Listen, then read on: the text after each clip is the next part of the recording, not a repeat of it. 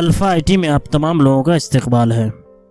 आज हम इस वीडियो में जानेंगे कि एक्सटेंशन नेम किसे कहते हैं। कंप्यूटर या डिजिटल डिवाइस से जितना भी फाइल तैयार होता है उसको सेव करते वक्त फाइल नाम दो हिस्सों में होता है।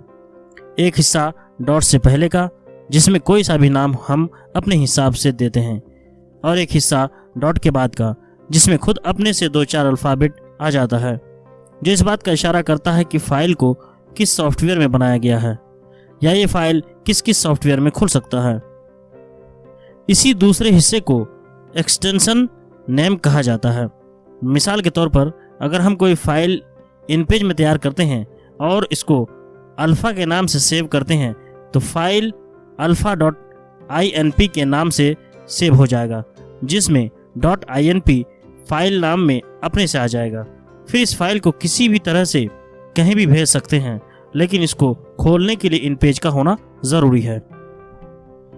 ऐसे ही अगर हम कोई आवाज़ रिकॉर्ड करते हैं और उसको .mp3 में सेव करते हैं तो इसका मतलब हुआ कि इसको सुनने के लिए कोई सॉफ्टवेयर यानी कोई ऑडियो प्लेयर होना चाहिए, जैसा कि VLC। .mp3 इशारा करेगा कि ये फाइल VLC सॉफ्टवेयर में ही चलेगा, इन पेज में ऑडियो नहीं सुन सकते। उसी तरह VLC में उर्दू नहीं लिख सकते। हम सॉफ्टवेयर वाला वीडियो में ये बता चुके हैं कि अलग अलग काम के लिए अलग अलग सॉफ्टवेयर तैयार किया जाता है। ऐसे ही .pdf में सेव किया हुआ फाइल चाहे किसी भी सॉफ्टवेयर में बनाया हुआ हो, अगर डिवाइस में PDF खोलने वाला सॉफ्टवेयर रहेगा तो फाइल खुल जाएगा, जैसे कि एडोब रीडर, जो कि एक बहुत बड़ी सॉफ्टवेयर कंपनी एडोब की सॉफ्टवेयर है, जिससे आसानी से हर PDF खोल सकते हैं।